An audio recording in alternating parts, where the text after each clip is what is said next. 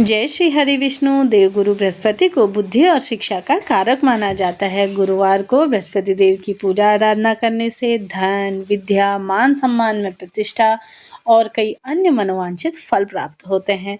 तो जैसा कि मान्यता है कि गुरुवार के दिन भगवान बृहस्पति देव की कथा सुनने से भी जीवन सुखमय और सार्थक बनता है। तो चलिए हम गुरुवार की व्रत कथा यहाँ पे प्रारंभ करते हैं। सभी भक्तजन बोलिए जय श्री हरि विष्णु। कथा के अनुसार प्राचीन काल की बात है। किसी राज्य में एक बड़ा प्रतापी और दानी राजा राज्य करता था। वह हर गुरुवार को व्रत रखकर दीन दुखियों की मदद करके पुण्य प्राप्त करता था। परंतु ये बात उसकी रानी को अच्छी नहीं लगती थी। वह न तो व्रत करती थी और न ही दान पुण्य में विश्वास रखती। इतना ही नहीं, वह राजा को भी ऐसा करने से हमेशा मना करती थी। एक समय की बात है, राजा शिकार खेलने के लिए वन गए। घर पर रानी और दासी थी। उसी समय देवगुरु बृहस्पति साधु का वेश धारण करके राजा के दरवाजे पर भिक्षा मांगने आए। साधु ने जब रानी से भिक्षा मांगी तो वह कहने लगी, हे साधु महाराज, मैं इस दान पुण्य से तंग आ गई हूँ। आप कोई ऐसा उपाय बताइए जिससे कि सारा धन नष्ट हो जाए और मैं आराम से रह सकूं। इतना सुनकर बृहस्पति देव ने कहा, हे देवी, तुम तो बड़ी ही विचित्र हो। संतान और धन से कोई कभी दुखी रहा है? अगर अधिक धन है तो इसे शुभ कार्यों में लगाओ। कुंवारी कन्याओं का विवाह कराओ, विद्यालय और बाग बगीचे का निर्माण कराओ, जिससे तुम्हारे दोनों लोग सुधर जाएं। परंतु साधु की इन बातों से रानी को खुशी नहीं हुई। उसने कहा कि मुझे ऐसे धन रखने की आवश्यकता नहीं है जिसे मैं दान दूं और जिसे संभालने में ही मेरा सारा समय नष्ट हो जाए। तब साधु ने कहा, अगर तुम्हारी ऐसी इच्छा है तो मैं जैसा कहूँगा तुम वैसा ही करना।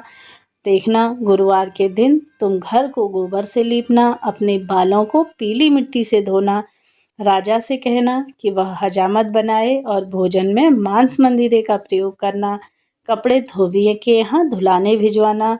इस प्रकार से 7 बृहस्पतिवार करने से तुम्हारा समस्त धन नष्ट हो जाएगा। इतना कहकर साधु महाराज वहाँ से अंतर्ध्यान हो गए। साधु के कहे अनुसार सभी बातों को पूरा करते हुए रानी को केवल 3 ही बृहस्पतिवार बीते थे कि उसकी समस्त धन संपत्ति नष्ट हो गई। भोजन के लिए राजा का परिवार तरसने लगा। तब एक दिन राजा ने रानी से बोला कि हे रानी, तुम यहीं रहो, मैं दूसरे देश जाता हूँ, क्योंकि यहाँ पर सभी लोग मुझे जानते हैं, इसलिए मैं कोई भी छोटा कार्य नहीं कर सकता। ऐसा कहकर राजा दूसरे देश चला गया। वहाँ वह जंगल में लकड़ी काट कर लाता और शहर में बेचता। इस तरह से वह अपना जीवन व्यतीत करने लगा। इधर राजा के परदेश जाते ही रानी और दासी पर दुखों के पहाड़ टूट पड़े। एक बार जब रानी और दासी 7 दिन तक बिना भोजन के उन्हें रहना पड़ा तो रानी ने अपनी दासी से कहा, हे दासी, पास के ही नगर में मेरी बहन रहती है। वह बड़ी धनवान है, तू उसके पास जा और कुछ लेकर के आ, ताकि थोड़े समय के लिए हमारा गुजारा बसारा हो सके। रानी की बहन के पास दासी जाती है। उस दिन गुरुवार का दिन था और रानी की बहन उस समय बृहस्पतिवार की व्रत की कथा सुन रही थी। दासी ने रानी की बहन को अपनी रानी का संदेश दिया, लेकिन रानी की बड़ी बहन ने कोई उत्तर नहीं दिया, क्योंकि रानी की बड़ी बहन बृहस्पतिवार की कथा सुन रही थी। पर दासी को बहुत क्रोध आया कि मुझे तो कोई जवाब भी नहीं मिला।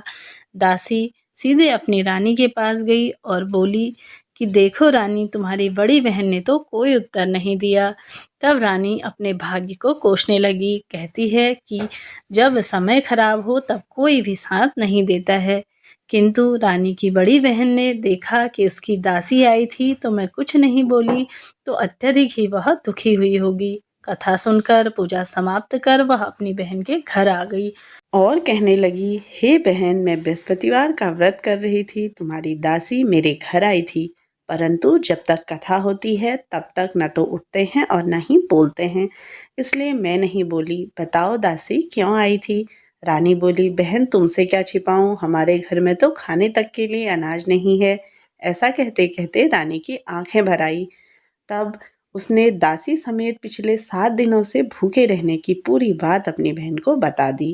रानी की बहन बोली, देखो बहन, बृहस्पति देव सबकी मनोकामना को पूर्ण करते हैं। देखो, शायद तुम्हारे घर में भी अनाज रखा हो। पहले तो रानी को विश्वास नहीं हुआ, पर बहन के आग्रह करने पर उसने अपनी दासी को अंदर भेजा तो सचमुच अनाज से भरा हुआ एक घड़ा मिल गया। यह देखकर रानी और दासी हैरान हो गई। तब दासी रानी से कहने लगी, हे रानी, जब हमको भोजन नहीं मिलता तो हम व्रत ही तो कर रहे थे, इसलिए क्यों ना इनसे व्रत की कथा और विधि पूछ ली जाए ताकि हम भी व्रत रख सकें। तब रानी ने अपनी बहन से बृहस्पतिवार व्रत के बारे में पूछा। उसकी बहन ने बताया, बृहस्पतिवार के व्रत में चने की दाल और मुनक्का केले की जड़ में अर्पित करें तथा दीपक जलाएं, व्रत कथा सुनें और पीला भोजन ही करें। इससे बृहस्पति देव और भगवान विष्णु प्रसन्न होंगे। और व्रत और पूजा की विधि बतलाते हुए रानी की बहन अपने घर लौट गई। 7 दिन के बाद गुरुवार आया तो रानी और दासी की बहन ने व्रत रखा। वह घुड़साल से जाकर चना ले आई और गुड़ भी। फिर उन्हें केले की जड़ में अर्पित किया। श्री हरि विष्णु भगवान का पूजन किया। अब पीला भोजन कहाँ से आए, यह भी चिंता थी, लेकिन दोनों ने ही व्रत किया था। तो चूंकि देवगुरु बृहस्पति उनसे प्रसन्न थे, इसलिए वह एक साधारण से व्यक्ति का रूप धारण करके 2 थालों में सुंदर भोजन दासी को दे गए। भोजन पाकर दासी प्रसन्न हुई और फिर रानी के साथ मिलकर भोजन ग्रहण किया। इसके बाद वह सभी गुरुवार को व्रत करती, पूजा करती और बृहस्पति देव की व्रत कथा सुनती और फिर से उस पर देवगुरु बृहस्पति की कृपा हो गई और धन संपत्ति समस्त प्रकार से जो भी गई थी वह तुरंत आ गई। परंतु रानी फिर से पहले की ही तरह आलस्य करने लगी। तब रानी को समझाते हुए दासी कहने लगी, बड़ी मुश्किलों के बाद हमने यह धन पाया है, इसलिए हमें इसे दान पुण्य करना चाहिए, भूखे मनुष्यों को भोजन कराना चाहिए और धन को शुभ कार्यों में खर्च करना चाहिए, जिससे तुम्हारे कुल का यश बढ़ेगा, स्वर्ग की प्राप्ति होगी और तुम्हारे पितृ भी प्रसन्न होंगे। दासी की बात मानकर रानी अपना सभी धन शुभ कार्यों में खर्च करने लगी, जिससे पूरे नगर में उसका यश फैलने लगा। इसी प्रकार से रानी और दासी एक दिन सोचने लगे, न जाने राजा किस दशा में होंगे। तब राजा जंगल में लकड़ी काटकर एक पेड़ के नीचे बैठ जाता है। सोचने लगता है, न जाने कौन से कर्मों का फल मुझे प्राप्त हो रहा है। इस पर देवगुरु बृहस्पति साधु का रूप धारण करके वहां पे प्रकट हो जाते हैं और लकड़हारा के सामने आकर बोले, हे लकड़हारे, इस सुनसान जंगल में तू किस चिंता में बैठा हुआ है। तब लकड़हारे ने दोनों हाथ जोड़कर उन्हें प्रणाम किया और उत्तर दिया, महात्मा जी, आप तो सब कुछ जानते हैं, मैं क्या कहूँ। यह कहकर वह रोने लगता है और साधु को अपनी आत्मकथा सुना देता है। तभी महात्मा जी कहने लगे, तुम्हारी स्त्री ने बृहस्पति देव का अपमान किया था, जिसके कारण वह रुष्ट होकर उन्होंने तुम्हारी यह दशा की। अब तुम चिंता मत करना, तुम्हारे सारे दुख दूर हो जाएंगे। तो जैसा कि भगवान पहले से भी तुम्हें अधिक धन संपत्ति देंगे, तुम बृहस्पतिवार के दिन कथा किया करो। 2 पैसे के चने मुनक्का लाकर उसका प्रसाद बनाओ और शुद्ध जल के लोटे में शक्कर मिलाकर अमृत तैयार करो। कथा के पश्चात अपने सारे परिवार और सुनने वाले प्राणियों को अमृत व प्रसाद बांटकर आप भी ग्रहण करो। ऐसा करने से भगवान तुम्हारी सभी मनोकामनाएं पूर्ण करेंगे। साधु के ऐसे वचन सुनकर लकड़हारा बोला, हे प्रभु, मुझे तो लकड़ी बेचकर इतना पैसा नहीं मिलता जिससे मैं भोजन के उपरांत कुछ बचा सकूं। मैंने तो रात्रि में अपनी स्त्री को व्याकुल देखा। मेरे पास कुछ ऐसा साधन भी नहीं है जिससे कि मैं उसकी खबर ले सकूं। साधु ने कहा, हे लकड़हारे, तुम किसी बात की चिंता मत करो। बृहस्पतिवार के दिन तुम रोजाना की तरह लकड़ियां लेकर शहर को जाओ। तुमको रोज से दुगना धन प्राप्त होगा, जिससे तुम भली भांति भोजन कर लोगे तथा बृहस्पतिवार की पूजा का सामान भी आ जाएगा। इतना कहकर साधु वहां से अंतर्ध्यान हो गए। धीरे धीरे समय व्यतीत होने पर फिर वही बृहस्पतिवार का दिन आ गया। लकड़हारा जंगल में लकड़ी काटकर किसी शहर में बेचने गया। उसे उस दिन और दिनों से अधिक पैसा मिला। राजा ने चना गुड़ आदि लाकर गुरुवार का व्रत किया। उस दिन के उसके सभी क्लेश दूर हो गए। परंतु जब दोबारा बृहस्पतिवार का दिन आया तो बृहस्पतिवार के दिन वह बृहस्पतिवार का व्रत करना भूल गया। इस कारण से देवगुरु बृहस्पति उससे नाराज हो गए। उस दिन उस नगर के राजा ने एक विशाल यज्ञ का आयोजन किया तथा शहर में यह घोषणा करा दी गई, कोई भी मनुष्य अपने घर में भोजन नहीं बनाएगा, न आग जलाएगा। समस्त जनता मेरे यहाँ भोजन करने आए। इस आज्ञा को जो नहीं मानेगा उसे फांसी की सजा दी जाएगी। इस तरह की घोषणा संपूर्ण नगर में करवा दी गई। राजा की आज्ञा अनुसार शहर के सभी लोग भोजन करने गए, लेकिन लकड़हारा कुछ देर बाद पहुंचा, इसलिए राजा उसको अपने साथ घर लिवा ले आए और भोजन करा रहे थे तो रानी की दृष्टि उस खूंटी पर पड़ी जिस पर उसका हार लटका हुआ था, पर वह हार वहां दिखाई नहीं दिया। रानी ने निश्चय किया कि मेरा हार तो इस मनुष्य ने ही चुराया है, इसे सिपाहियों को बुलवाकर कारागार में डाल दिया जाए। जब लकड़हारा कारागार में पड़ गया और बहुत दुखी होकर विचार करने लगा कि न जाने कौन से पूर्व जन्मों के कर्म से मुझे यह दुख प्राप्त हुआ है, उसी समय साधु को याद करने लगा जो जंगल में मिले थे। तब उसी समय तत्काल देवगुरु बृहस्पति साधु के रूप में फिर से प्रकट हुए और उसकी दशा देखकर कहने लगे, अरे मूर्ख, तूने बृहस्पति देव की कथा नहीं कही, इसी कारण से तुझे यह दुख प्राप्त हुआ है। अब तू चिंता मत कर, बृहस्पतिवार के दिन कारागार के दरवाजे पर तुझे 4 पैसे पड़े हुए मिलेंगे। उससे तू बृहस्पति देव की पूजा करना, तेरे सभी धन कष्ट दूर हो जाएंगे।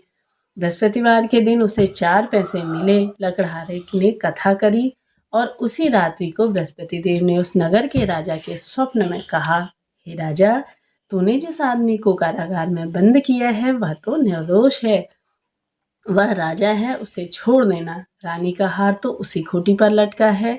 अगर तूने ऐसा नहीं किया तो मैं तेरा पूरा राज्य नष्ट कर दूंगा। इस तरह रात्रि के स्वप्न को देखकर राजा प्रातःकाल उठा और उसने देखा कि हार तो खूंटी पे ही लटका है, तो उसने लकड़हारे को बुलाया, उससे क्षमा मांगी तथा लकड़हारे को योग्य सुंदर वस्त्र आभूषण देकर उसे विदा किया। बृहस्पति देव की आज्ञा अनुसार लकड़हारा अपने नगर की ओर चल दिया। राजा नगर के निकट पहुंचा तो उसने देखा कि नगर में तो पहले से अधिक बाग, तालाब, कुएं तथा धर्मशालाएं और मंदिर बनी हुई हैं। तब राजा ने पूछा कि यह किसका बाग और धर्मशाला है। तब नगर के सभी लोग कहने लगे, यह तो रानी और बांदी ने बनाया है। तो राजा को यह सुनकर बड़ा ही आश्चर्य हुआ और गुस्सा भी आया। जब रानी ने यह खबर सुनी कि राजा आ रहे हैं तो उन्होंने बांदी से कहा कि हे दासी, देख, राजा हमको कितनी बुरी हालत में छोड़ गए थे। हमारी ऐसी हालत देखकर कहीं वह लौट न जाए, इसलिए तू दरवाजे पर ही खड़ी होना। आज्ञा अनुसार दासी दरवाजे पर ही खड़ी हो गई। राजा आए तो उन्हें अपने साथ लिवा आई। तब राजा ने क्रोध करके अपनी रानी से पूछा कि यह धन तुम्हें कैसे प्राप्त हुआ। तब उन्होंने कहा, हमें यह धन देवगुरु बृहस्पति के व्रत के प्रभाव से प्राप्त हुआ है। राजा ने निश्चय किया कि 7 रोज बाद तो सभी देवगुरु बृहस्पति का पूजन करते हैं, परंतु मैं प्रतिदिन ही दिन में 3 बार कहानी कहूँगा। और राजा व्रत करने लगा। इसी प्रकार राजा और नानी का जीवन सुखमय और सार्थक बन गया। गुरु बृहस्पति जिस प्रकार से आपने राजा और रानी पर कृपा बरसाई, उसी प्रकार से जो भी भक्तजन इस कथा को सुनता है, गुरुवार का व्रत धारण करता है, उसका जीवन आप इसी प्रकार से सुखमय बनाइए। कथा यहाँ पर पूर्ण होती है। मिलते हैं नेक्स्ट वीडियो में, तब तक के लिए जय माता रानी, हर हर महादेव।